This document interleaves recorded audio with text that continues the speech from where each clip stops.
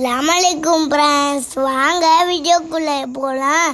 இன்றைக்கி நம்ம அவனோட கொக்கிஸ் மீன் ஆக்க போகிறோம். நான் கொக்ஸ மீன் சாப்பிட்டுக்கிறேங்க. கமெண்ட்டில் சொல்லுங்கள் ஃப்ரெண்ட்ஸ், சொல்லிவிட்டு போங்க.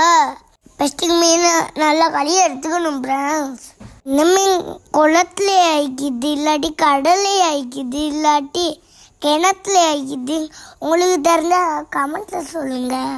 தேங்காயை போட்டுக்கலாம், வெங்காயத்தை போட்டுக்கலாம், அப்படியே வெங்காயத்தை வசக்க விட்டுக்கலாம், அப்படியே சல்புலாம் கிண்டிக்கலாம்.